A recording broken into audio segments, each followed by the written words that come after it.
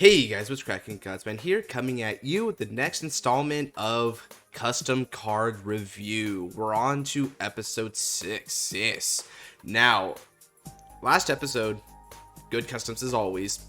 There was some more questionable ones, of course, on the side here, but there was an almost equal, if not greater, measure of good ones that I love to death.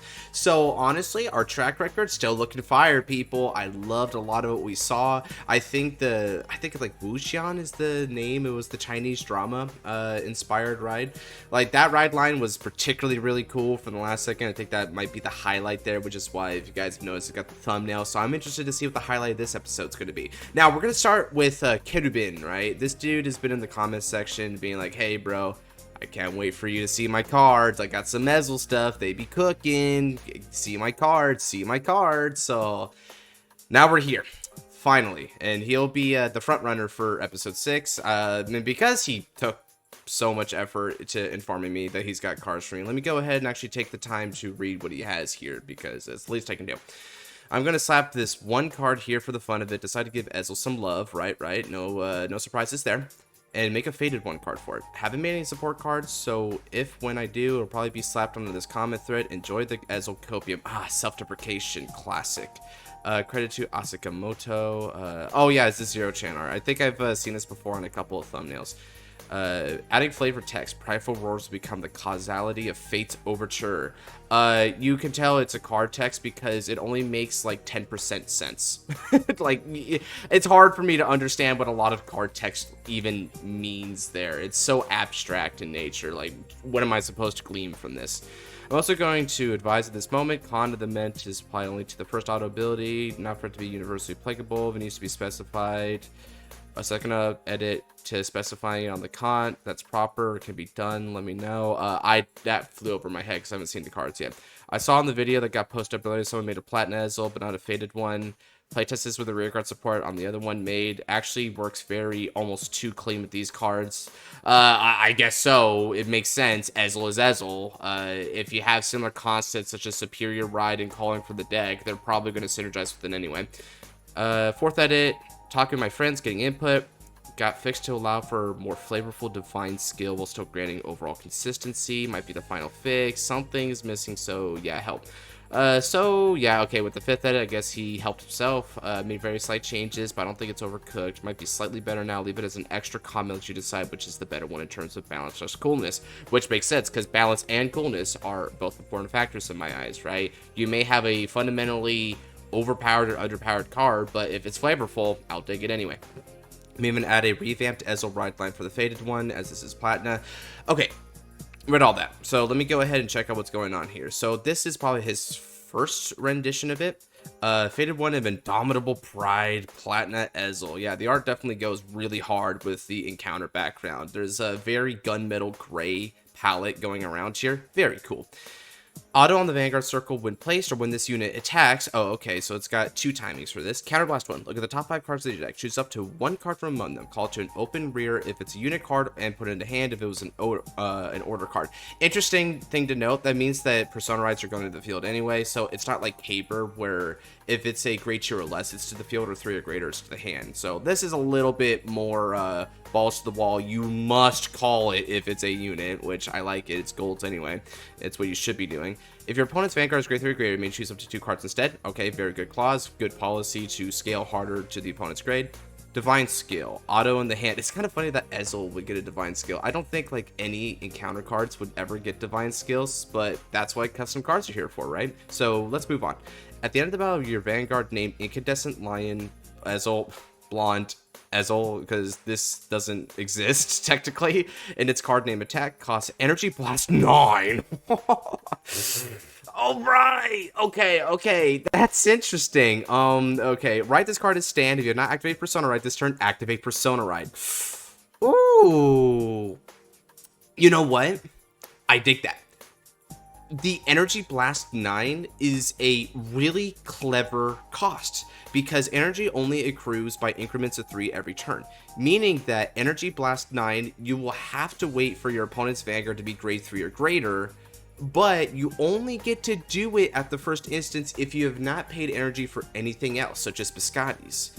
So you have to stockpile purely for the Platinum Ezel and not given to greed beforehand. And then you go for the big divine skill, you burn all of your energy, and then you go hard for the superior ride and then persona ride. And because it's just blonde Ezel, let's just assume that's what he means, right? That means that if you're going second, you can clap back even harder, which is a perfectly fine trade-off, because we already know from the mask units that personaing, if you went second, is perfectly fine and balanced and doesn't break the game whatsoever, especially by the current power level standards that we see in Divines. Then you have this skill here, right, which is win place or when this unit attacks, right?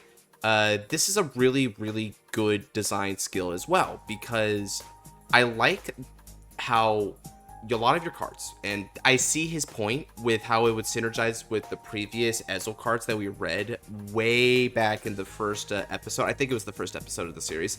Well, the 24 and 4 version, let me be clear about that, right? Those had effects to get rid of themselves from the field afterwards and convert into resources or power. This takes full advantage of that because you can swing at them, convert, and then superior ride Platinum Ezel for the Vanguard multi-attack, which also then segues into a rearguard multi-attack, so you keep comboing into each other. That's really nice. The fact that it's also win attacks, though, I think is fine, because that's even more multi-attack that you can do for a burst. Now, the only thing I will say is that if the opponent's Vanguard is grade 3 or greater, letting you choose, I don't like that very much. I think in this instance, your CB for +2 each time might get a little bit out of hand, because CB isn't the hardest cost in the world to maintain for Ezel in particular, because they have access to Din Drain, and Din Drains will give you counter charges. And this guy doesn't Soul Blast at all for his effects, so you don't need to care about that. That might be a little bit overcooked for this particular version, right? Yeah, because then you, even if you're like going second, right? Let's look at your multi-attack patterns. Effectively, how your multi-attack patterns would go, especially if you have cards that could get rid of themselves after they're done battling, which there are a few cards that fit that criteria. You go rear, get rid of them, right? Maybe Din Drains as a booster can also do that for you. You swing Van, do your drives. You probably play draw triggers in this instance, because you won't be able to take full advantage of your front rows for these attack patterns I'm describing. And then you superior ride Ezel for Energy Blast 9. When Ezel is placed, Counterblast 1, call 2 to the field.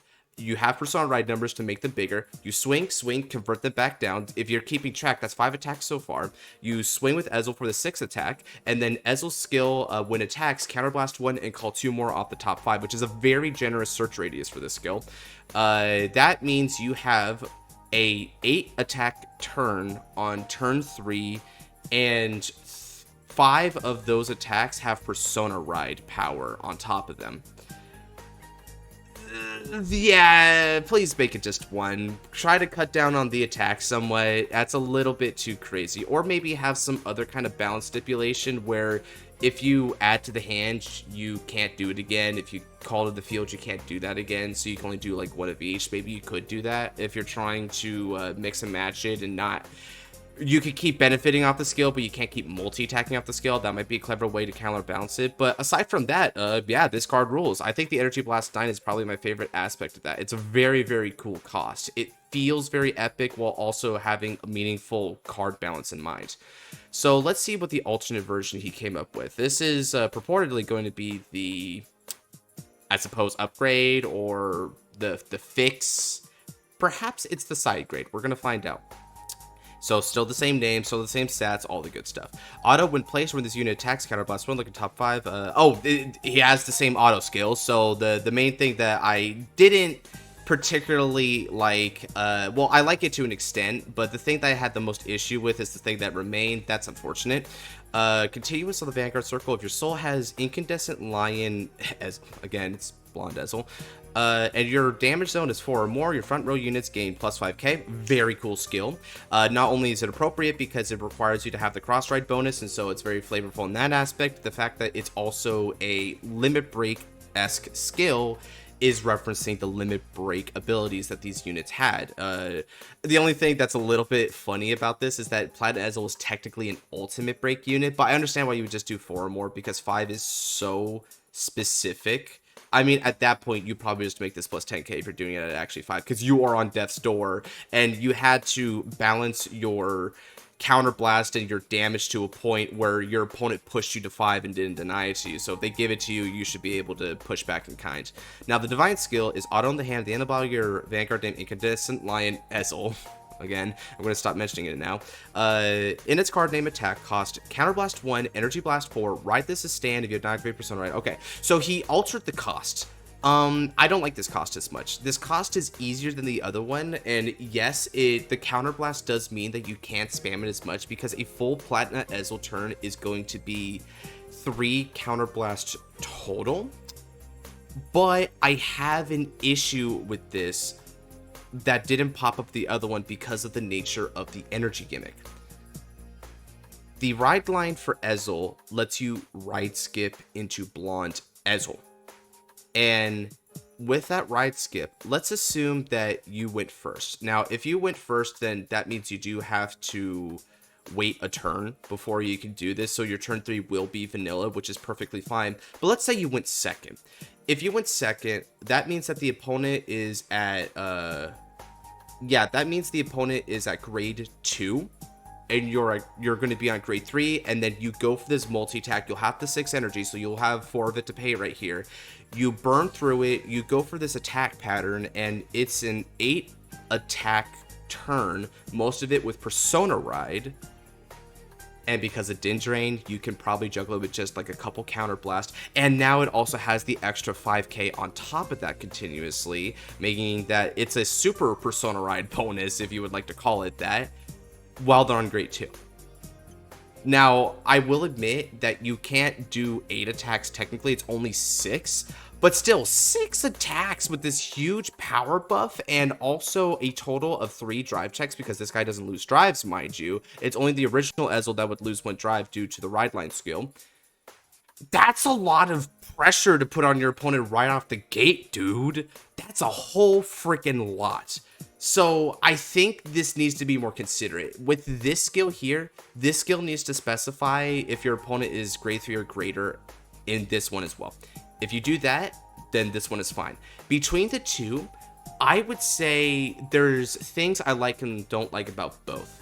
With the first one, I think I like it better as a complete package because it doesn't push your luck in terms of card balance as much. But the first skill, which these both retain, I think they need to chill out with the amount of multi-attack you can get with it. But one thing that I do like about this version, the Divine skill, I don't like as much, right? Even though it's just a difference in cost. What I do like is that this continuous skill is very flavorful and very appropriate. So in terms of the coolness factor and maintaining the theme of cross ride and limit break, this card does edge out. But overall, I would think you overthought it, and your first rendition was the superior one of the two. Alrighty. Now, continuing on. Oh, okay, so you actually did get to ride line. All right, so you got Gareth. Yeah, I'll read Gareth first and then Bowman's. That probably makes the most sense. Okay, so let's start with Gareth. When this unit is rode upon by... Oh, let me freaking take out my other tab so that I can maintain maximum bandwidth. When this unit is rode upon by Commander of Ferocious Strength Bowman's, cool name, by the way, Captain of Elegant Speed Gareth. Yep. Also, really legit name. Search your deck for up to 1 Reign Supreme King of Beasts. Right, that's the order. Reveal it, put it in a hand, and shuffle your deck. Okay, so this was for an energy blast rather than just like a free. Why? Then choose up to 1 unit named Crystal Lion Cup Crit from your soul and call it to back row center. Okay, so for the additional cost, you're also plussing in this regard, which is getting the curve as a booster for the back row center. That's a really powerful skill. I'm gonna hold my judgment on that because I think 1 card plussing 2 is a little bit wild, especially since it's just Energy Blast. And also, because it's Energy Blast 2, that means that with your new and improved Ezel, you'll be able to EV4 still. So I think he took that into consideration. It will cuck the EV9 version, which, because I like the EV9 version more, I'm going to make it a slight demerit on Gareth. Now let's look at Commander of Ferocious Strength Bowman's. Auto on the Vanguard circle when placed. Cost put a curve into soul. Okay, so we're doing the Bruce Ride Line shenanigan. Peek. Look at the top 7 cards of your deck. Okay. Choose up to 1 unit card from among them called to an open rear. If you do at the end of that turn, put that unit to the bottom of the deck. Okay. This part of the skill I dig, because technically, holistic wise, it's a -1, because you're taking your +2 and then you're negging 1, but you're getting more pressure, right? You're getting better boost numbers, and you're also getting an extra attacker of your choice off the top 7. And it's bot decking afterwards, so even if you have to call a trigger, you just like maintain the trigger economy in your deck by bot decking it. Yeah, okay, that's clever. Now, the axe skill. This is probably going to be a right skip. Act of the Vanguard Circle, Soul Blast 2. If you soul... Oh, and because this is a win place, that's also another clever thing. That means you can get this done before you go into the act. That's a good design philosophy there. If you Soul Blast a grade 0 with Kerf and a grade 1 with Gareth in its card name, okay, makes sense. Search your deck for up to 1 card named Faded One of Indomitable Pride, Platinum Ezel, right as stand, then reveal Incandescent Lion Ezel from Ride deck. Put the reveal card into soul, and at the end of turn choose a unit with Ezel. Oh, okay, there's a lot to talk about with this one. So you can get into Platinum Ezel right off the bat, but then you go back to the regular Ezel. That means that with Counterblast, which neither of these cost your Counterblast, you'll be able to activate the skill to call off the top 5 or add off the top 5. Now, your opponent is not likely to be a grade 3 yet, so you can only get 1. So, honestly, that's fine. But, oh yeah, and also another interesting thing, this, yes, technically, because you have it in the soul right now, you can get the plus 5k, but he cleverly added the 4 or more damage restriction. That limit break is going to, ironically, limit it from blowing out your opponent right off the bat, because it's very unlikely they're going to put you up to 4, especially if this was a real card and people understood the matchup. They wouldn't do that to you. They wouldn't give that. It's also a lot of counterblast for you to have fun with, so they wouldn't do that either. Then you ride back to Ezel and its name at the end of the turn, which means on the turn 4, you can go for the Superior Cross Ride from the hand, which is a really cool idea. I still love that from the first play that Ezel then did it, and I think this is also interpreted pretty well here. And then you get the Persona Ride anyway, so you're maintaining the Persona pressure of turn 4, which is falling in line. Yeah, okay, I think it's all building up pretty nicely. Now, of course, the one thing is if the divine skill was limited to the opponent being grade 3 or greater with this one, then that would be especially perfect and chill. Otherwise, I think this is a pretty fine card. The only thing I will say is I don't appreciate that this Platinum Ezel here does get to keep the twin drive, whereas most other Ezels wouldn't keep that drive. Oh, and I guess another thing to mention is the premium applications. In the premium applications, you can choose any unit with Ezel in its card name from the soul to write it as rest. So any Ezel, including the regular blonde lion, and that will get you an Excel marker in premium, which is pretty important. But you can also ride back into things like Ezel Scissors, Raven-haired Ezel. Yeah, there's a whole lot that you can do with that. And because that's just easy, it's sort of like the G-Boot decks, for instance, with, whatchamacallit, Thavas, where you ride back and you get the Excel during the end phase. It's sort of like that play pattern. So you can do that. It does get rid of your soul right off the bat, but I think that's a totally fair cost for this. Yeah, overall, I think this is very powerful. The early game implications of it are a bit overtuned, but the way that you utilize your resources and your attack patterns is flavorful and pretty diverse in nature. So I honestly think you did cook pretty well here. The Energy Blast 9 I prefer, of course, and overall I think I prefer this version. Maybe tack on the continuous skill just cuz and limit the auto skill a little bit. And you've got a pitch perfect Ezel that I might actually prefer over the other Ezel, depending on how balanced it would be in the overall play pattern. So let's go ahead and move on now. So we got it's time to put this back into full screen mode. Made up gimmicky DS ride line support. I made too many manually input, put in a Google Drive. Pictures of 2 of the cards are placeholders for the lulz. Okay, let's see how much you got here. We got 1, 2, 3, 4, 5, 6, 7, 8, 9, 10. Yep, okay, cool. It's totally 4. It's totally kosher. Oh, he's got them numbered. Cool. So even though they're a little bit mixed and matched, I know where to go. So that's really good. Wow. What's amazing art here. I don't know why I chose to heckle you about that, because there's been a lot of cards that were like this, just blank art, but I don't know, it just kind of propped in my head suddenly. Sorry, man. When his units rode upon. Okay, so let me look at the name though. Follower of Goetia Wires. Okay, let's see if that's a reoccurring theme with the naming. Water break.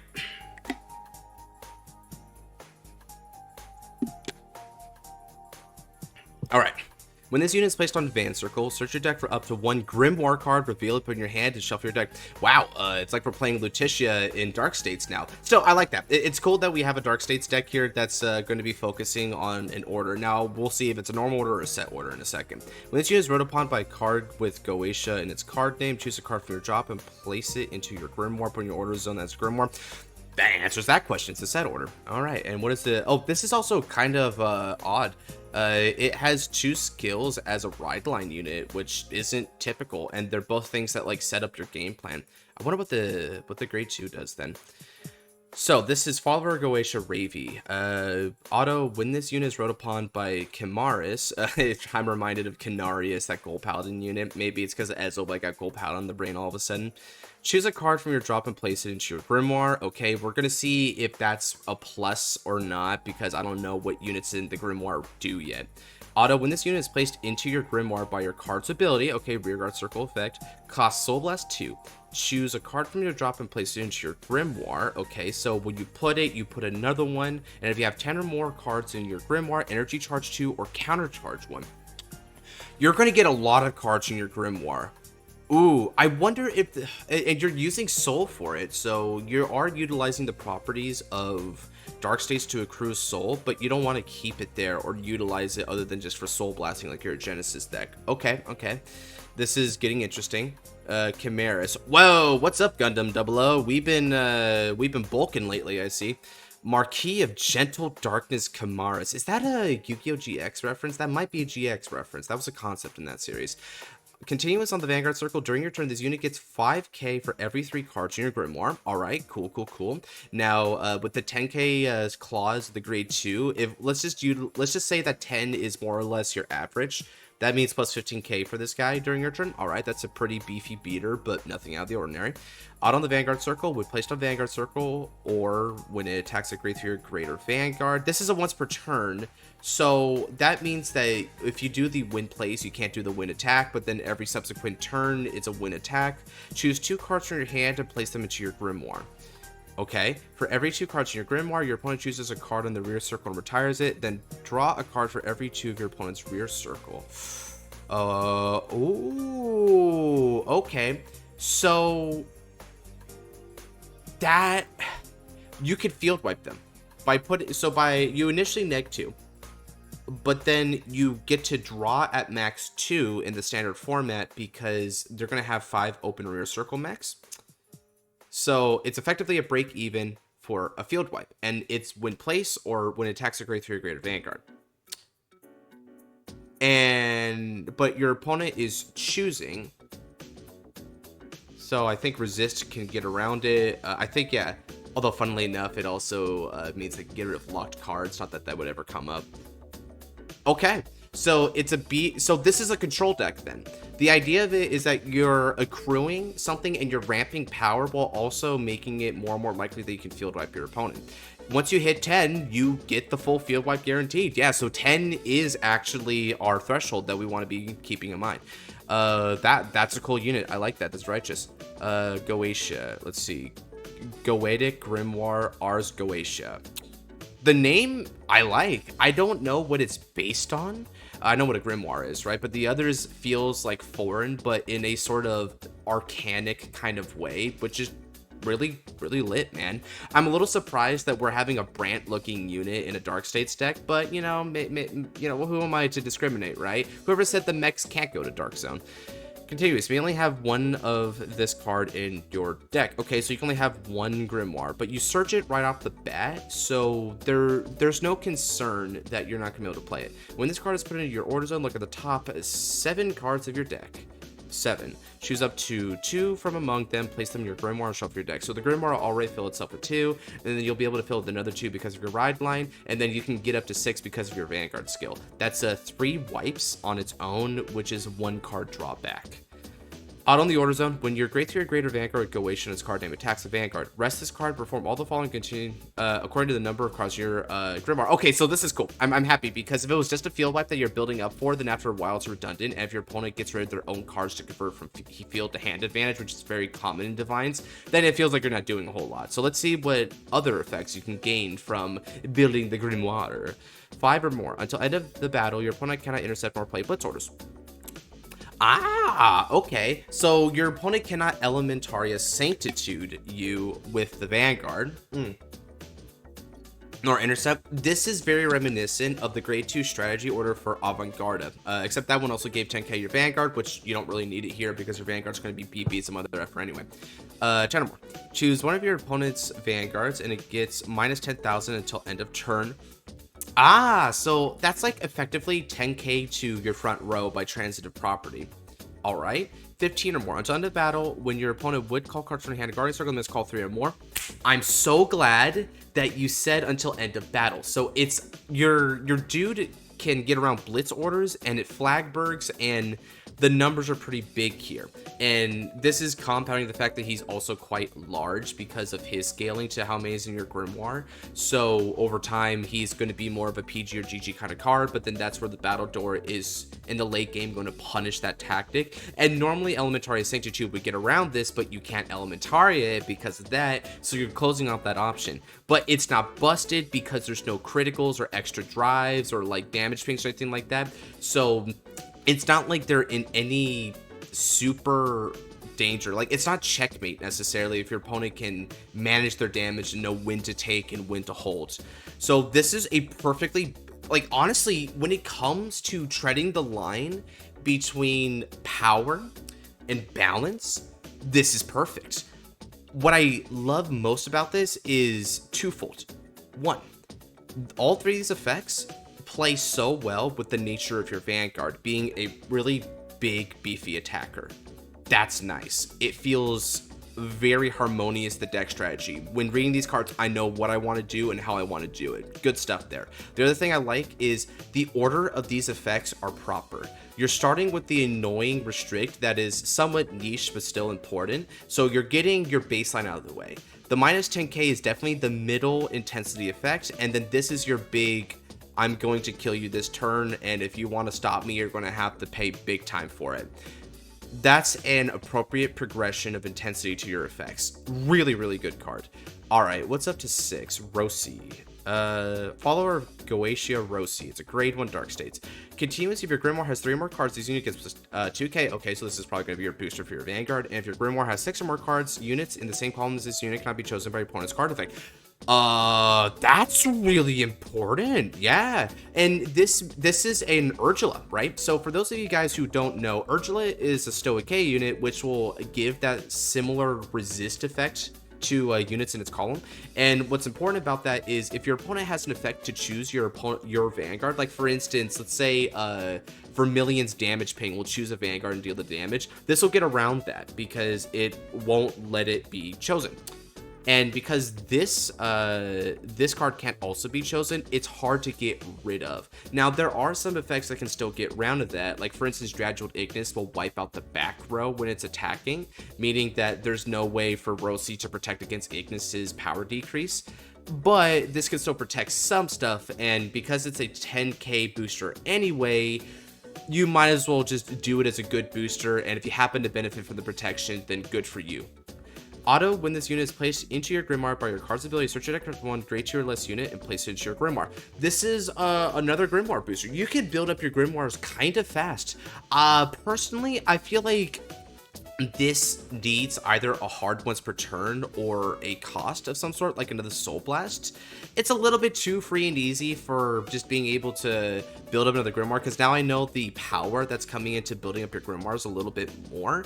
And if you're putting it like for instance, let's say you had like a couple Rosies in the hand, you threw them into the Grimoire. I almost said the Soul because it's Dark States.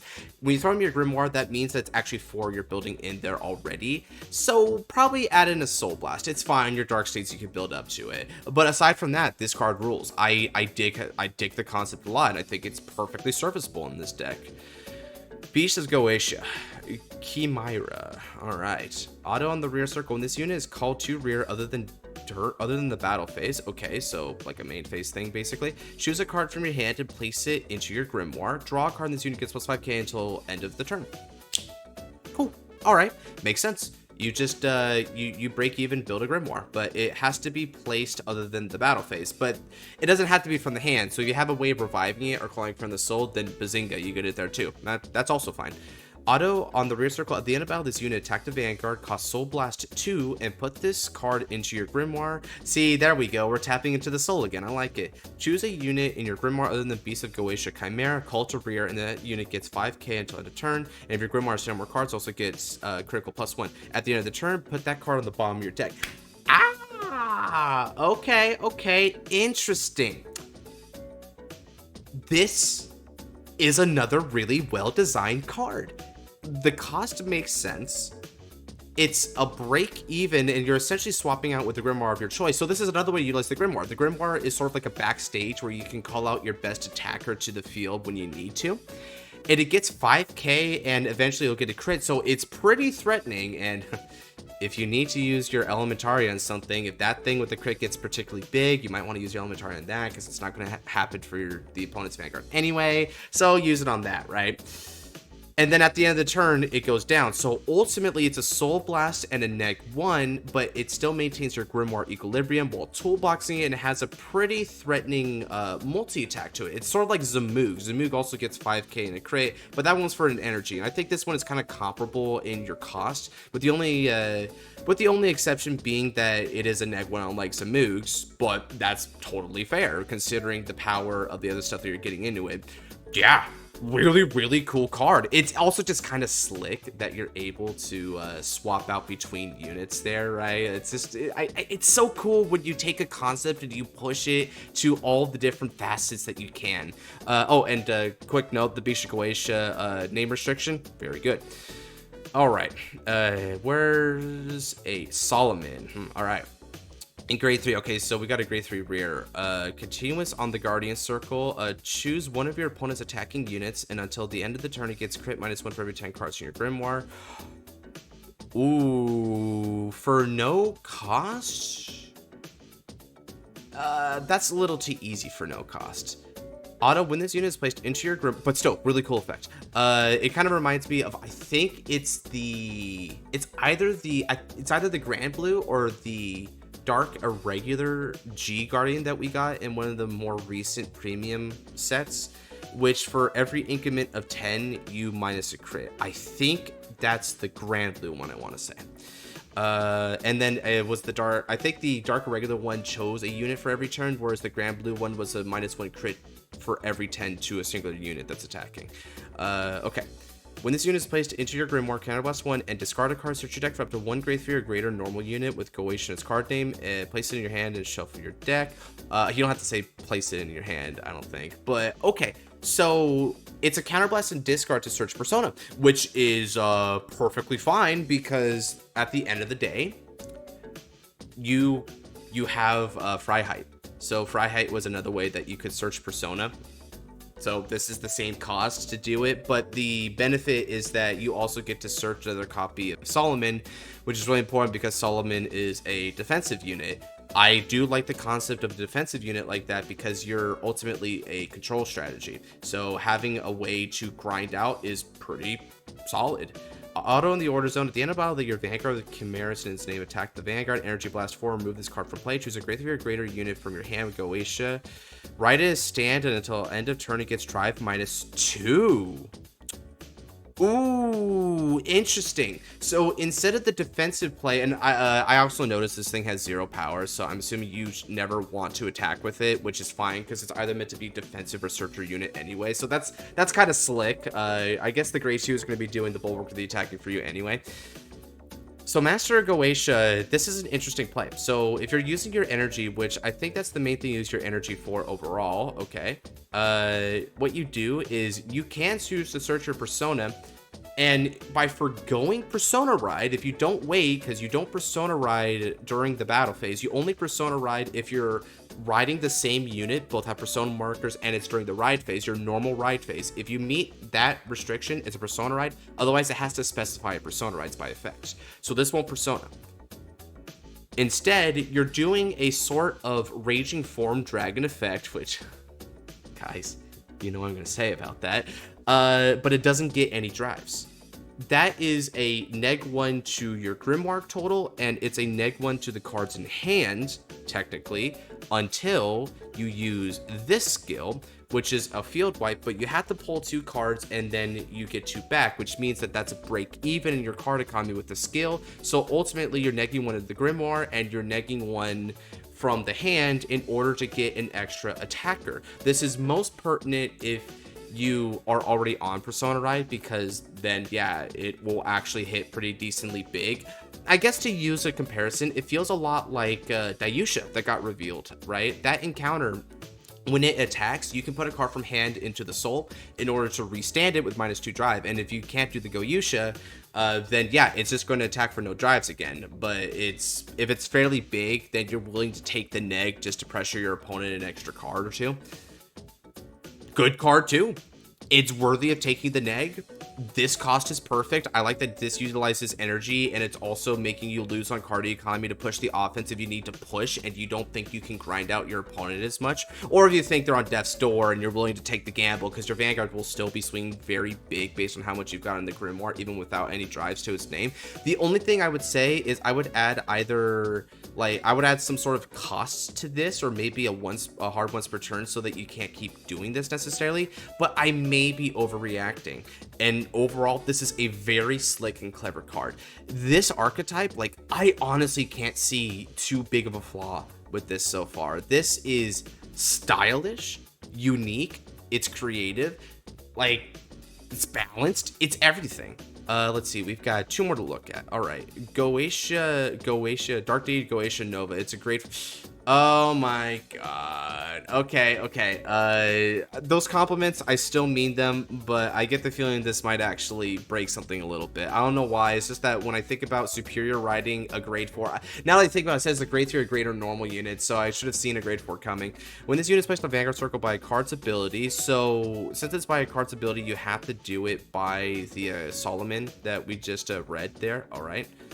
Put all cards in your Grimoire into your soul until end. Wait, so you wipe out all of your Grimoire. This unit gets power plus 1,000 for each card placed into your soul. At the end of the turn, remove this card from play. Choose a Marquis of Goetia Kimaras from your hand, drop, bind, zone, deck, or soul, and write it as rest if you wrote from deck, shuffle your deck. Okay, with this unit, this is intriguing. And thinking about the numbers of it, let's say that you had 10, like the numbers of this I don't think match up technically, because you're getting 5,000 power for every 3 in the yeah, you were getting 5,000 power for every 3 in your Grimoire with the base Goetia. So this one is a 1-to-1 conversion rather than a 3-to-5 conversion. So it's a little bit weaker that way. And its base power is still 13, but it does have the triple drive, which is a good point about it. Auto in the Vanguard Circle. Well, I mean, I say it has the triple drive, but it's going to get -2 drive because you're probably going to place it by a card ability unless you just like hard ride it. In which case, if you hard ride it, you don't get this effect. This is a really complicated interaction. Auto in the Vanguard Circle. When this unit attacks your opponent's grade 3 or greater Vanguard, always love that restriction. Cost Soul Blast all the cards in your soul. Okay, so I can see why we were building up the soul, and you utilize the properties of Dark States naturally by that. I like that. And activate all the effects according to the amount of cards Soul Blast for cost. 10 or more. This unit gets critical +1 and drive +1. All right, so now it goes back into a twin drive naturally, but it also gets critical pressure, which is fine. During your drive check, the effects of your critical and fronts are doubled. Ooh, 20 or more. Okay, so if you manage to get a ton of... So this is like Grimoire scaling on like steroids. And what's interesting about the Grimoire scaling is that... Let me look back at the Grimoire. I think... Let's see. Is it 5? Yeah, it's 5. This thing says when your grade 3 or greater Vanguard attacks, you rest it and perform to the number of cards in your Grimoire. The thing about this card is that you'll use it for the 3, but you can't do it for the 4 because, well, unless, of course, you just write it naturally, in which case you can't do it for the 4. But there are 2 scenarios, Scenario A and Scenario B. Scenario A we're going to look at first is wait, hold on, let me read this. When your opponent would call a grade 1 or less card from the hand of the Guardian Circle or activate Blitz, or they must discard a card from hand.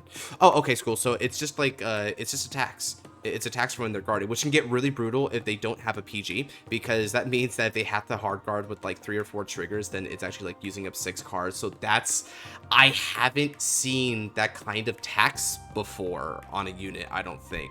That's fascinating. Yeah, I don't think it's broken either. I think it's just a very, very threatening deck. Okay, so now let's look back at our scenario. Scenario A we're going to look at is Rid by card ability. When Rid by card ability, that means that you can't utilize your Grimoire's effect. This is going to get a pretty decent power up, but that's it. But then you're back to square one when it comes to your Grimoire.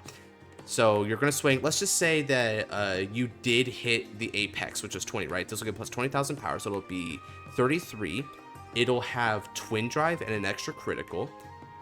And then you get the double critical and front effect if you happen to check them. So you have the ability to potentially get another 20k and more criticals. Otherwise, you're going to give them to your rear guards. And then you have the tax.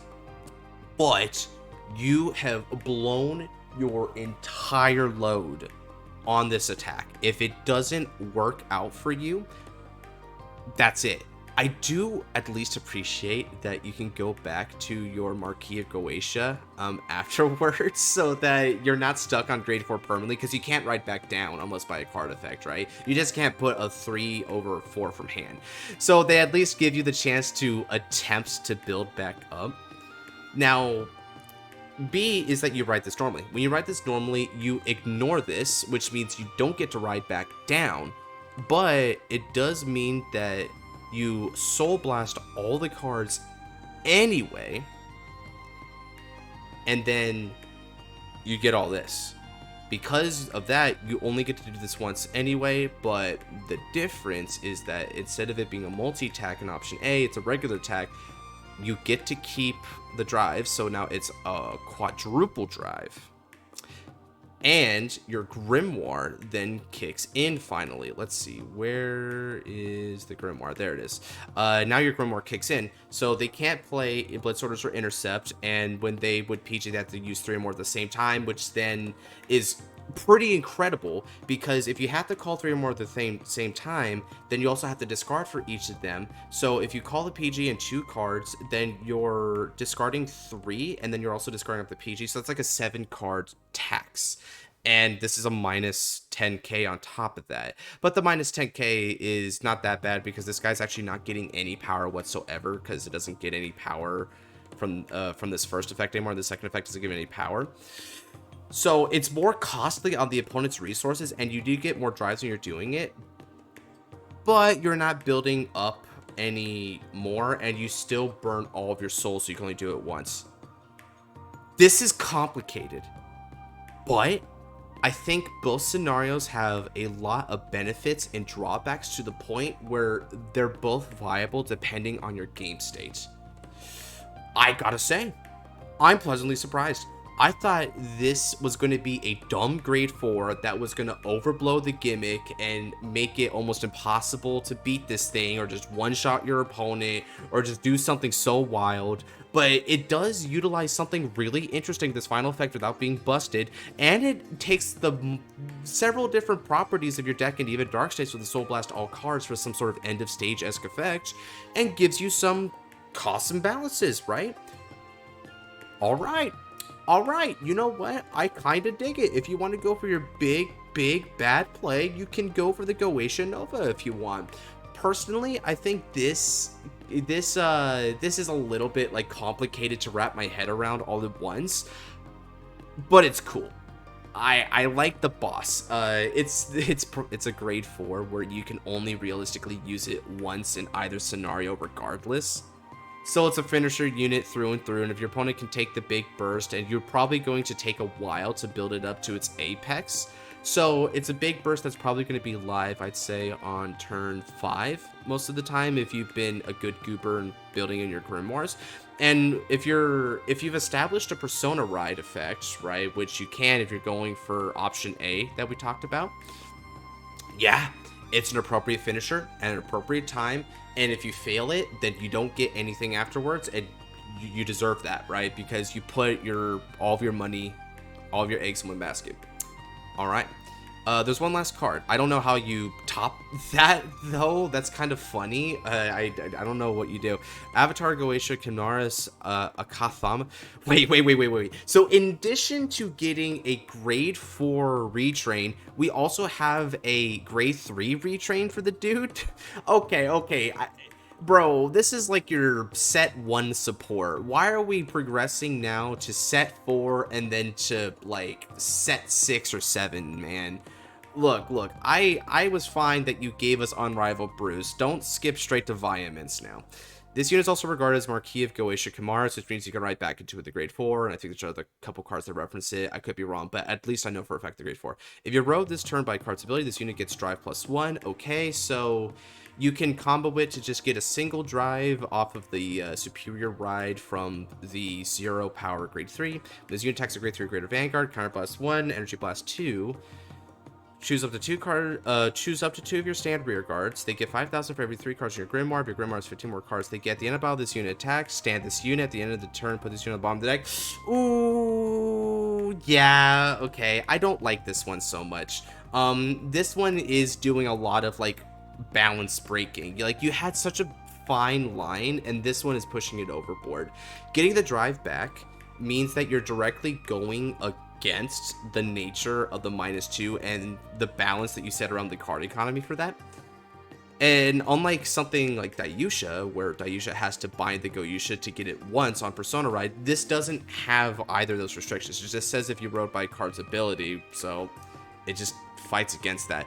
At least it's nice that it won't be able to get the triple drive automatically if you just have this for the turn after and stuff. But even if it just means writing a copy of this on top of another copy, then it'll just always get that drive and still be a single drive. So that breaks it there. But I think the real problem is the auto skill. The auto skill is giving you too much multi-attack, and the cost of Counterblast 1, Energy Blast 2, I don't think is too harsh, because you're getting 2 extra multi-attacks for that cost that also get a potentially really big power buff. And keep in mind, your opponent's Vanguard is going to be at -10k most of the time. So let's imagine that you hit 15. They're going to be at -10k. Your rear guards are going to get plus 25k because you're at 15. They're going to be able to go 2 times each, so that's 4 instances of, I'd say, bare minimum 33. So 33 to 3, which is a 35k shield. You're demanding 4 instances of 35k shield. You're demanding them to guard against 2 Vanguard attacks, which have their respective guard restricts because of the Grimoire. And then there's also the multi-attacker unit that can move into the Grimoire to call another thing and give it more power and a critical. And if you do that and then use this effect, that thing with the critical is going to be able to swing twice with said critical and power.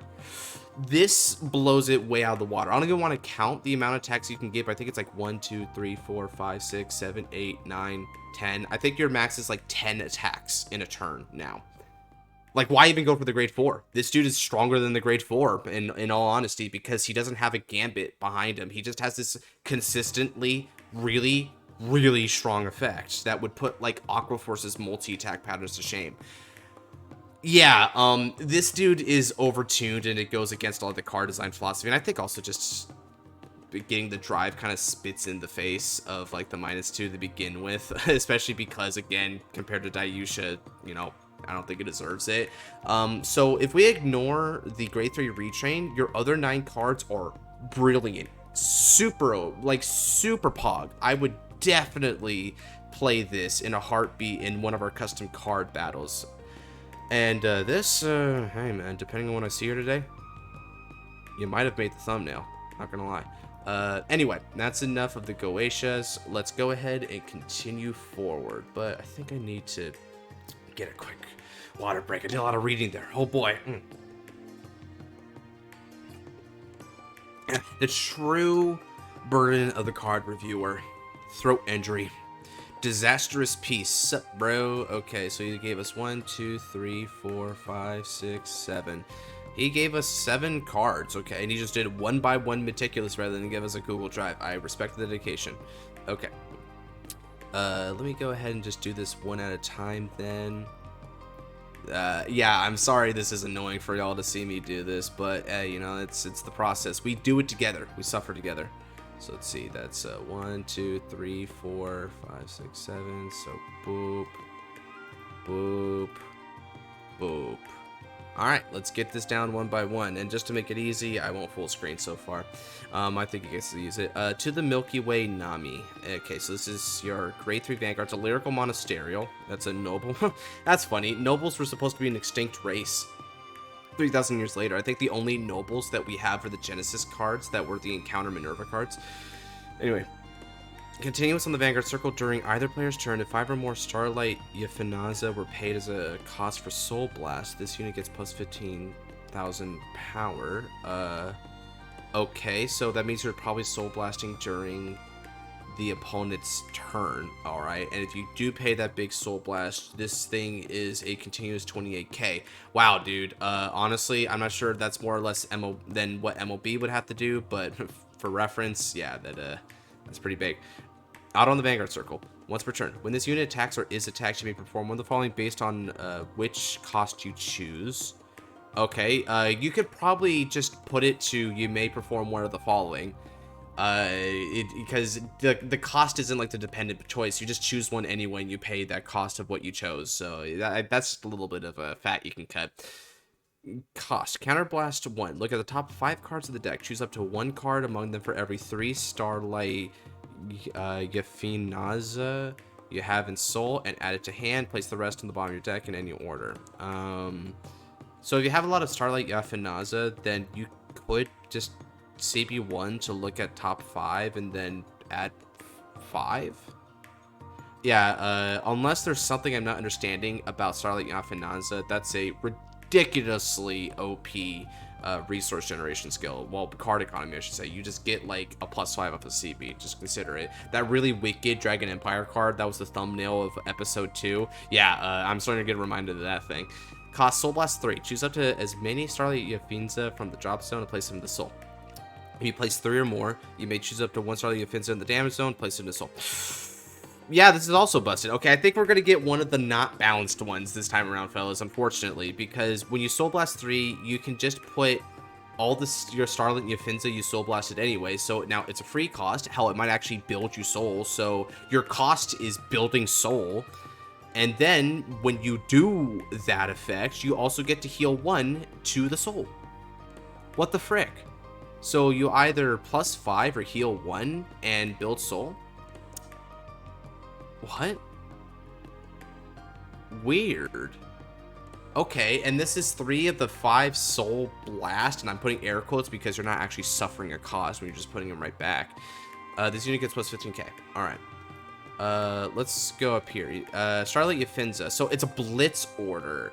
Okay, so this is also a Lutetia kind of thing. Kind of funny, the coincidence there, going off of the Grimoire deck to this. You may have up to 10 Starlight Euphanaza in your deck. Well, okay then, so that is even easier then. You only need like 5, which is half, but really, to get a lot of the busted effects, you just only need to fill. You play this with discard as many Starlight Euphanaza from hand or Soul. Okay, so to play this, you have to get rid of all of them. For every card discarded, or for every 2 card paid from Soul, you may draw 1 and place 1 card from drop that isn't an over trigger. Where do you place it? I don't understand. Auto in the Soul. When your one of your, this is hard to read, when one of your rear guards attacks, okay, you may cost Soul Blast one or more Starlight Yafinza. For every cost paid, that attacking unit gets power 5,000. If 3 or more were paid, this unit gets critical +1 until, with 2 L's, until end of battle. If 5 or more, this unit gains when your opponent with guard from hand. They must 3 or more at the same time. This may, and it has a hard once per turn. So yeah, just Soul Blast a few of it, and then so once you accrue a few, just like Soul Blast a couple of it, and then have your Vanguard infinitely recur this. Once you have, let's see, so you need to, if you can get like 5 in there, then you're already using the really busted effects. You probably don't need to use this skill at all. It's kind of wasteful. Yeah, so it's riddled with spelling errors. It's got an effect that you probably wouldn't want to do because your Vanguard's use of this is already more busted. Although, yeah, like you could just do it during the opponent's turn, build it back, and then during your turn just do it again, build it back, then during the opponent's turn, like once you build it up even more to, let's say, I don't know, like 8, then you're fine, because you can just like Soul Blast 5 for this, and then because it says 1 or more, it's your main 3, and then you just Soul Blast another 3 for the Vanguard, get all 8 back in there, and then from there it also gets plus 15k continuously because it has to be super MOB, right? Yeah, I don't know about that. And now we're probably gonna get some searchers. Star Dive, Astrology, Mika. It's a grade 2 with the Vanguard skill. So this must be your grade 2 right line. When placed, Counterblast 1, search the deck or drop for up to 3. Place them in your soul. This already gets you 3. No, dude, that's way too easy. So your Vanguard is already going to +3 or have a free effect. Ugh. Counter, okay, so auto in the hand at the end of the battle when your rear guard's attacked and gain power from a blitz order. You may counterblast 1 and discard 1 from hand. Call this card to rear. Choose the 2 order from draw, place them in soul, this unit gets +5. So it recurs back more soul anyway, which, I mean, I guess I could see why you would do that depending on... The way I see it, what you do is you play, like, your blitz order, and on the next turn you can build it back in and then do your Vanguard skill, so that's incredible. This is a multi-attack, but it's kind of a costly multi-attack, admittedly, but who cares? Because you're going to get, like, a bunch of pluses and easy defenses anyway, so you don't really need to care about that card economy. We can just build it back or not even need it in the first place. There's a lot of counterblasts here, so I mean, I guess that is kind of a drawback, admittedly. And it is like a superior call from hand, which is a little bit snazzy, but it's not that snazzy. I don't know. It's just that, like, between how busted they are and the grammar of it and stuff, I'm having a little bit of a hard time really jiving with this so far. Let's see. Nova Colossus Sun-Filled Wonder. Man, where do you guys find these names? Auto, when this unit is rode upon or when placed on rear circle while there are 3 or more blitz orders in soul, you can discard, draw, choose a blitz order from draw. Okay, so you just get more blitz orders there. Act once per turn, Vanguard, Soul Blast 3 for every Starlight Yafinza paid for this cost. How would you get 3 Starlight Yafinzas in there? Okay, let's just assume you got 3 Starlight Yafinzas in there. That you get 5k and countercharge 1. Wait, but why would you do that? Let me check this. Hold on a second. So why would you do that? So the grade line, the grade 2 has a win placed. So let's see. The win place can put stuff into soul, and then this one discards to draw and then put a blitz order. So you can discard one of the blitz orders in order to put it into soul and draw one, which means you're converting from hand into soul through a weird way. The countercharge is a little bit weird because I don't know how you would counterblast in time. Let's see. Okay, over here. That was another confusing one. Back row rear circle, so this is a rear guard grade 1. If 3 or more stargazing distortion, beautiful light are in the order zone. In the order. We have a set order as well as a blitz order. Oh my god. All units in the same column as this unit had their original critical become 2. Okay, so just give it to your Vanguard and go from there. Act in the rear guard circle, cost Soul Blast 1 and Counter Blast 1. Hey, that's how you can Counter Blast 1, but it's a trick because as a grade 1, you wouldn't have damage because you wouldn't be able to be attacked yet. So you wouldn't be able to counterblast on turn 1, which means there's no point in countercharging on turn 1, which is the axe skill of that card. So why does it do it? Oh my god, dude. That's so bad, dude. I don't think I've seen a flub that bad so far in the series. Not this go around anyway. We remember the horrors of the early days, I bet. Search, okay, so you pay this cost, let's just assume on like turn 2 or onwards or something. Search the deck or drop stone for up to 1 of the beautiful light. Place in the order zone, shuffle for every card in the order zone, may choose a Yafinza and place in your soul. Oh, the joy, another way to put them all in the soul. Alright, so there's just no way you're never going to have them not in the soul there. And even when you're soul blasting them, you just put them back really easy, which means that they're also kind of free in a way. Pay this with Soul Blast 1. So this is the set order. When placed in the order zone, choose a Yafinza and put it in the soul. Just another way of doing that. Jeez. Order zone. Rest this card shoots your units getting gains boost. Okay, that's not a bad effect. Continues the order zone. All front rows get plus 1k for every Starlight Yafinza paid for a soul. Okay. Not only is this offensive, but this is defensive. So that means, let's go back to what I was saying earlier, right? Let's say you do that little, like, Soul Blast, like, 5 thing. The Soul Blast 5 gets you plus 15k, which means a 28k base, but that means that for Soul Blast 5 you also give another 5k, so your Vanguard's going to be a 33k base every single turn, and you can just keep recurring them back because we have every card here seems to put back the cards into soul, including itself. Yeah, this I don't even, at this point I'm a little, this is a little bit trolly, dude. Like, you just can't even hit the opponent's Vanguard at all, and then it has like an infinitely recurring resources, and even if you can hit swing over plus 33k, the blitz order can activate to defend you anyway, which is really crazy, and then get you more draws. Yeah, this is also uber busted. I don't even know why we have a set order to go along with a blitz order oriented strategy. That's just like 2 different orders, which is really, it's really clunky for your deck build, right? Ugh, I don't like it. And then if you want to do support for one, you can't usually get support for the other. Oof. So this is a great shoot rear. Act to the rear, choose up to 1 of the order cards in the order zone, and remove 1 of the conch among the card. Okay. Just to check again what was going on here. It has 1 conch ability, so what's there to choose, dude? Choose 2 Starlight Yafinza. From drop, place in the soul, choose one of your Vanguards, get drive +1, but all additional drives is placed at the bottom of the deck. Okay, that is actually kind of a cool effect. When this unit gains boost from a skill, you may soul charge 1, which you can get it from the why is this a 15k base rear? Brother, that means you can write it as your grade 2 because it doesn't have a restriction saying you can't. So you write it as your grade 2, and then when you do so, you're able to just have a 15k base that's really hard to hit, and then you write it to grade 3 for your even harder to hit card. That is way too busted. And also, it's kind of funny that your Kant skill from the order zone, it's just going to lose it forever because he doesn't specify until end of turn or something. So, I would never do that because it's better just to have the extra defensive, if you ask me. And you don't need to put soul in, and the drive doesn't give you, it doesn't give you like an actual plus. It goes to the bottom, so I'd rather just take the extra offensive and defensive value of the con skill. The soul charge is kind of nice. I mean, you might as well just sack one of your 10 blitz orders from the top of the deck anyway, right?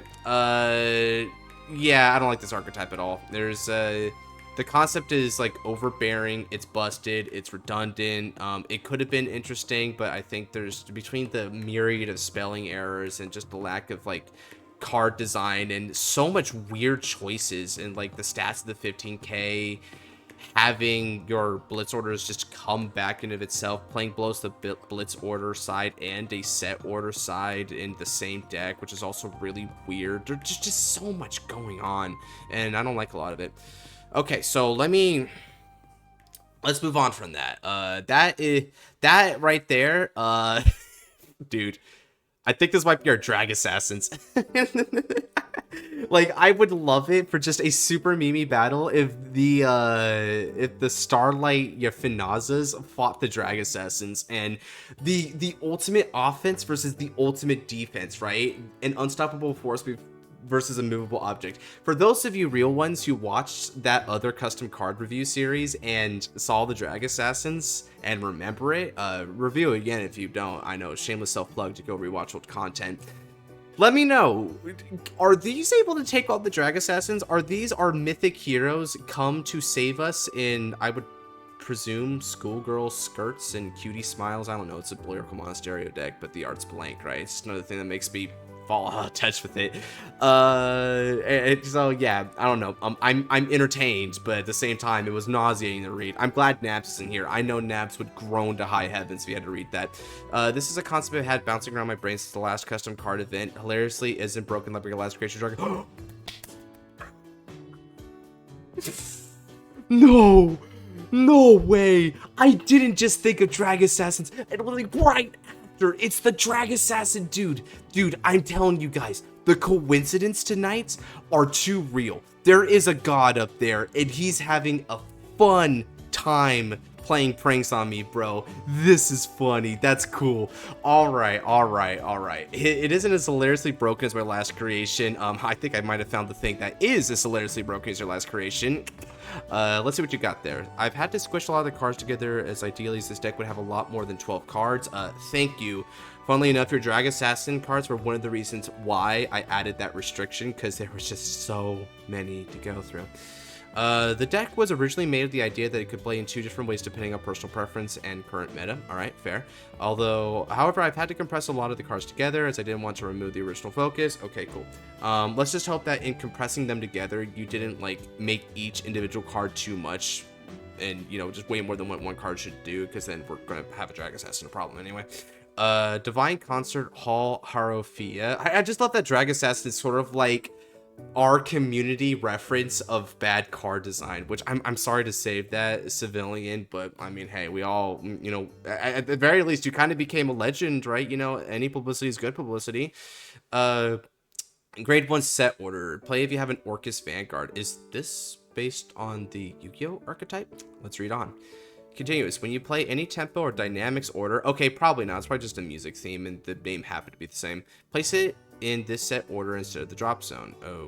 Okay, so it's a set order that is a holding basket. It's something that just says, hey, dears, any orders you're playing goes in here instead. It's kind of like, I'm thinking of Macrocosmos, but instead of the banish zone, it's going here. Continuous. If this order zone has 1 tempo and no dynamics, you're in Andante. If it has 2, then you're in Allegro, and if you have 3, you're in Presto. What? Oh, excuse me? There's too many words going on here. If this card has 1 dynamics and no tempos, you're in Mezzo. If you have 2 or more, you're in Fort, and if you have 3 or more, you're in Fortissimo. Ah, well, that clears everything up. I understand this perfectly now. No, I don't. Okay, so we have, 1, 2, 6, 7, 8, 9, 10, 11. We have 11 new names to consider. We have 11 new keyword names to consider being referenced in one card. I can see some of the mashing. Leading Orcus, Divine Violinist, Costume. Alright. Grade 3, Persona Ride, Angel, Keter, Lyrical. It's a dual nation. Wow. That's one mashing that I actually would appreciate to see, not gonna lie. If you act on the Vanguard Circle, if you have a Divine Concert Hall Harophia in your order zone, cost Counterblast 1, Soul Blast 1, and discard 1 card. Okay. Search your deck for up to 1 tempo or 1 dynamics added to your hand. If you have 3 tempos or 3 dynamics, then you may instead search your deck for a Magnum Orcus order and add it to your hand. You may play an additional order this turn. Alright, that's not too bad, right? Essentially, you get to choose the tune that you play, and that's what he's saying, right? There's a duality to this deck, right? You either go for your dynamics or your tempos trees, which I'm gonna try actively to not remember it because there's only so much brain space a brother can have. So we'll just say dynamics, tempo. Dynamics, tempo. Dynamics, tempo. Dynamics, tempo. And then there's the Magnum Orcus, so I guess we're going to get to it at some point. Auto on the Vanguard Circle in this unit attacks if you're in 4 or higher. 4, I think, was the tempo, right? Yeah, okay. Damn it, I remembered. I wasn't supposed to remember, I told myself. It's a good thing, I know, but I'm criticizing myself anyway, because that's humanity. This unit gains critical +1 until the end of the battle, plus 10,000. If you're an Allegro or higher, choose one of your rear guards and stand them, and this unit gets drive +1. Ooh, so either Vanguard finishing power, or rear guard multi-attack and an extra drive. These are free, but you have a pretty hefty cost to try and set up to that point, and you're ramping up. You know what? I think that's kind of neat. I like that so far.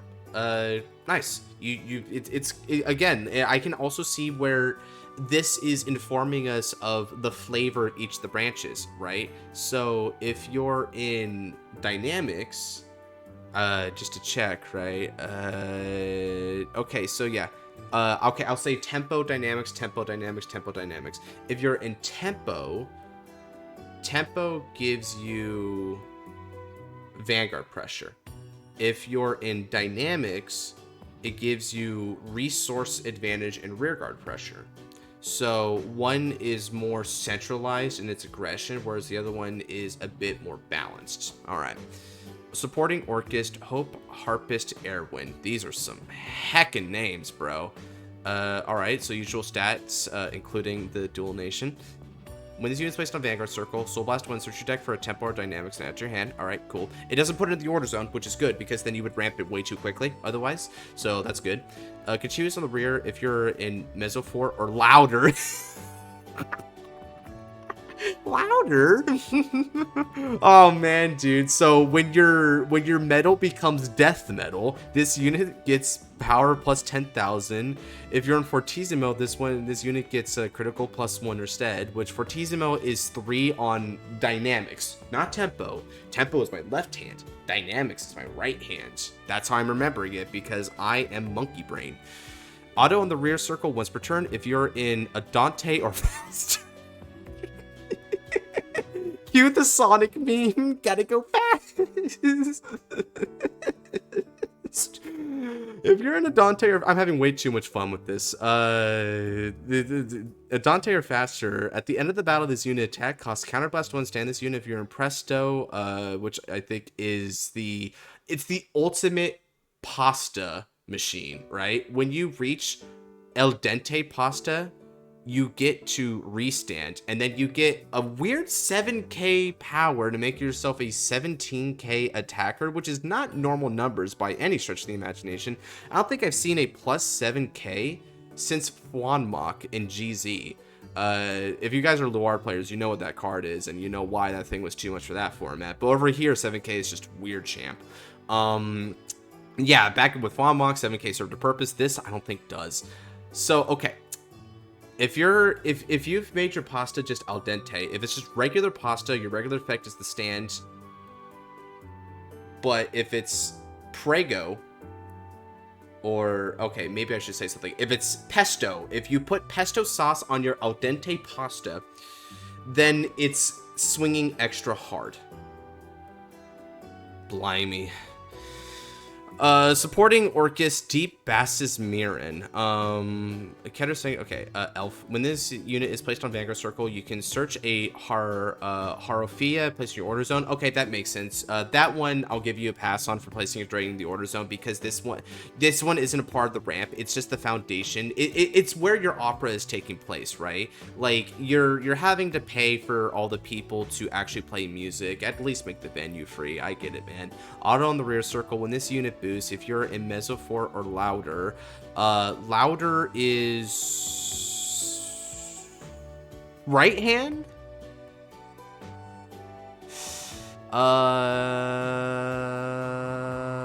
Dynamics is right. Yeah. Dynamics is Mesofort. Okay, dynamics fort right hand. Okay, so if you're in right hand at Mesofort or louder, gets 5k pose. If the attack, I guess he meant to say power. If that attack hits, you can choose one of the opponent's rear guards and retires it. Alright, fine. When this unit boosts, if you're in al dente, which is just your basic noodle, you can stand this unit, gets 5k power. Okay, so we don't need pesto sauce for this one. You can stand this unit, so when it boosts... okay, so this is... Oh yeah, okay. So this one, yeah, this one's more aggressive on your opponent's resources. This one, I think, honestly, I'm pretty sure that you probably just want to go for like the tempo here. But then again, wait, hold on a second. This is a little bit weird. So tempo is left hand, which is allegro, right? Yeah. So that one is a restand. Which is... Yeah, okay. You would probably play the restander. Not only is the drive good pressure, but when you restand the top restand, then this thing boosting will also stand up. So now it's an entire column restand. Like it's Vitamin Spruce kind of thing. You're getting some power with it. Alright. This is just starter, so we can just carry on. Standard versus Vanguard skill. Well, you misspelled standard, so, yeah. God. Or supporting Orcus, Resonant Pianist, and Drain. When this unit attacks, if you're in Allegro or faster. God, dude, I passed college. Why? Allegro is tempo, and tempo is... okay, if you're in Allegro, stand this unit, it gets minus 10,000 unless you're in Presto. Okay, cool balance. Okay, so if you're in Pasta Sauce, you get the power. Otherwise, you just get to do the restand. Alright. If you're in Fort or Louder, you get 10k, but if you're in Fortissimo, it's 20k and a critical. And Fortissimo is a part of Fort and Mezzofort. Fortissimo, okay, yeah, so Fort is a part of the, so this is pretty aggressive. So yeah, if you're going for the balance, then you're doing a lot of rearguard multi-attacks of this as well, right? So pastas are carbs, which means carbs give you energy. You use energy, it gives you power, it gives you things, it gives you the energy to do stuff. You can get drives and you can stand up stuff. To stand, you need to be active. You need to have stamina, you need to have pasta. No. And then fort is if you're built like a fort, so you're a big brick house. Okay. If you're in balanced pasta mode, if you're in stamina pasta, if your boosting gets 5k, and then if it's standing, and then you basically get to double up the boost again, so your boosters basically double dip. That's the nature. If you're a fort, this thing is a really big beater. Okay, so all right, I still think pasta is superior. Passion, Orcus Ode, Passion, Exhilarating, and Intense. Oh god. Normal order, dynamics. Right. These are the orders. I forgot that you had to put orders in here to even get these effects in the first place. You play this if you have Orcus Vanguard. Choose 2 units, they get plus 10k power. If you're in Fort or louder, they get plus 20k instead. Alright, well, that makes sense, right? So it's dynamics is... Why do I have to keep looking at this? Dynamics is Presto. Dynamics is Presto, right? So dynamics is rear guards, which means that your rear guard restanders are going to get plus 20k, which is really insane. With all, like, I'm doing so much remembering with all these really with all these musical terms, which are really cool sounding, don't get me wrong. This is really cool thematically. I think you get, like, all of the cool brownie points in the room, bro. But it's too hard to remember. And I think also in sort of the cards balance, it's starting to get crazy because your restands are going to get really strong really fast. You're going to get a bunch of like multi-attacks over and over again, especially because your Vanguard's free with its main skill, not its setup skill, but its main skill. So you just like CB and keep going, and then they're going to get plus 20k, and so they can keep double, triple dipping it. So that's a really, really devastating beatdown strategy. This is a tempo, so this is for if you're building on your Vanguard. Choose 2 units, they get 5k, and if you're in Allegro, your unit gains the auto skill to draw a card. Yeah, okay, this does make sense because tempo is for your Vanguard, so you just give it to your Vanguard column, you swing, restand, swing again, or, well, actually, no, it doesn't restand, right? You swing, but then you get, like, a really big, like, power, and then you draw a card, so I guess it's just to... That's weird, though. I guess it would have made more sense if you're a Vanguard restand, but I guess because you're not, like, restanding, you're not going to draw extra cards. Okay, I think. Magnum Orcus. Oh, this is the super big, like, ultra super cool order. Requiem for a Musketeer. Yeah, man, I too weep that Musketeers couldn't have been meta at least once. Grade 3, Keter Lyrical. Normal order. Play this if you have an Orcus and you have 3 dynamics. Oh, so there's 1 for dynamics and there's 1 for tempos. All of your units get power plus 10,000. All your front rows get your opponent cannot guard this card with...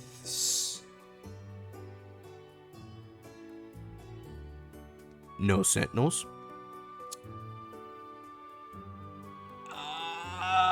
Yeah, they shouldn't let that card exist. That would, with all the power you're getting there, your opponent just cannot physically guard your turn anymore. Yeah, you, like, I think, and I think you could probably, like, get it down by, turn 4. I think you could, like, have this set up. And when you do, yeah, it's game over. Your opponent can't survive the beatdown, because they all get that effect, and then you just, like, you just go ham, and, you know, maybe you get crits and stuff, and that's it. At the end of this turn...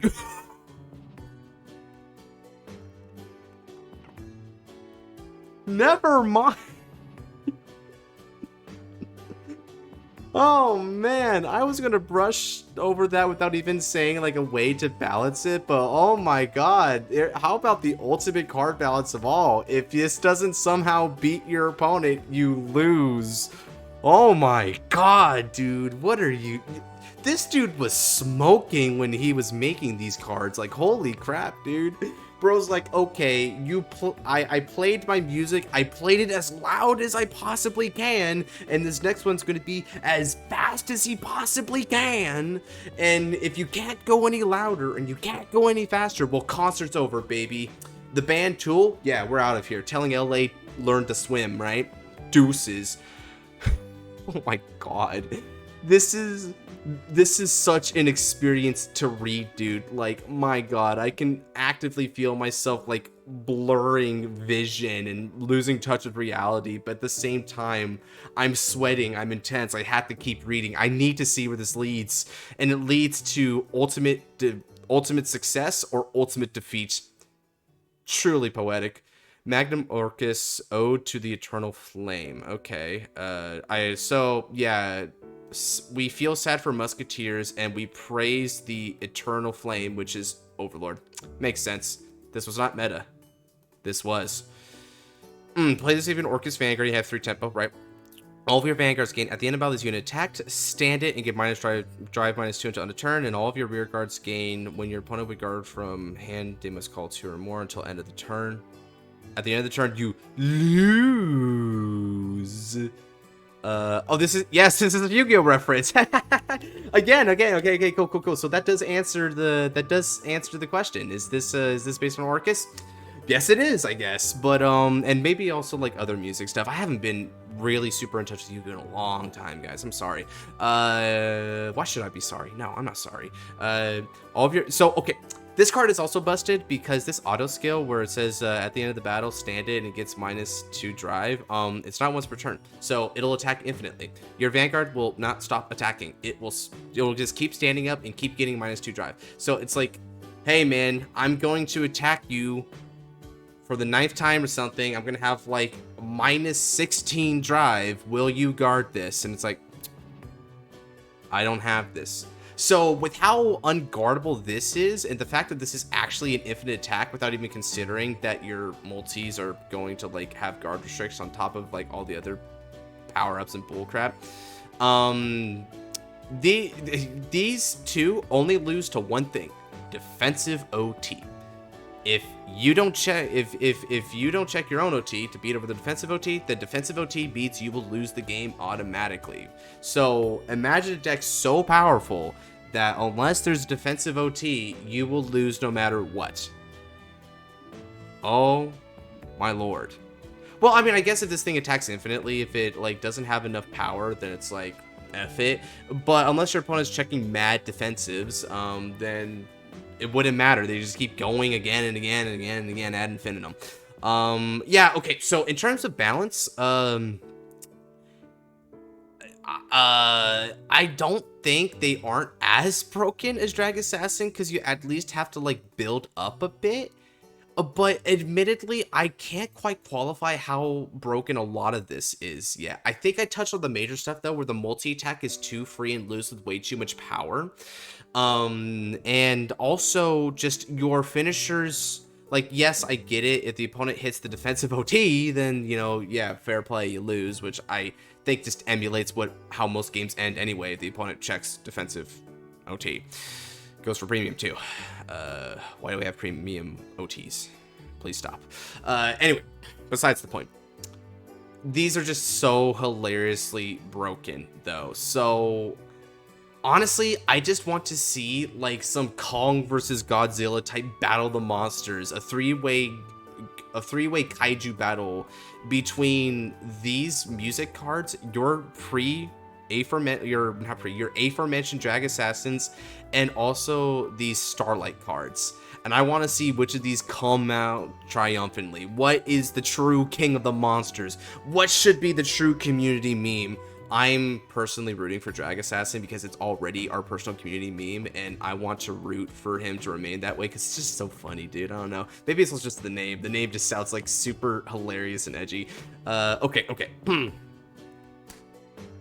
Let me check something real quick. How long have I been recording? Yep. It is definitely time to end that for the day. Okay, guys. So we end on the high note.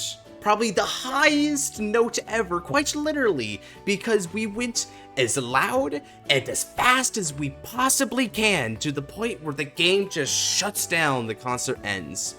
So, with such a high note, tell me, what was your favorite part of the performance? What of these cards did you like the best? Did you love the super balanced and intriguing Grimoire cards? Well, except for the last grade 3 cards. Or are we feeling more memey and we dig some of these uber busted and just hardly functional decks that will just blow out your opponent in either like the most epic offense ever or the most epic defense ever? Like, hell, this thing being like 33k base might actually be able to deny like these win conditions, funnily enough.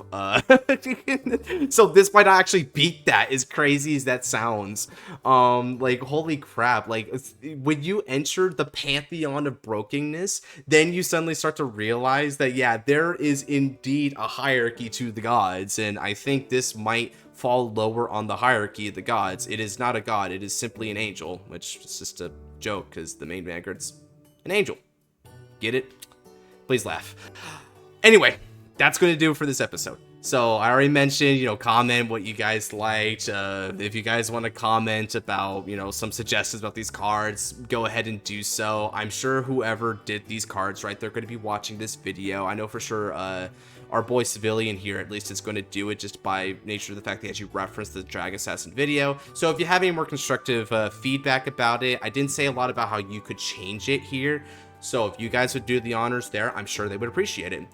I'm trying to keep a kind of a consistent schedule with these, but trying is the emphasis here. So I'm hoping to have the next recording out like in the next like 2 to 3 days, like after this one. Don't hold me to that.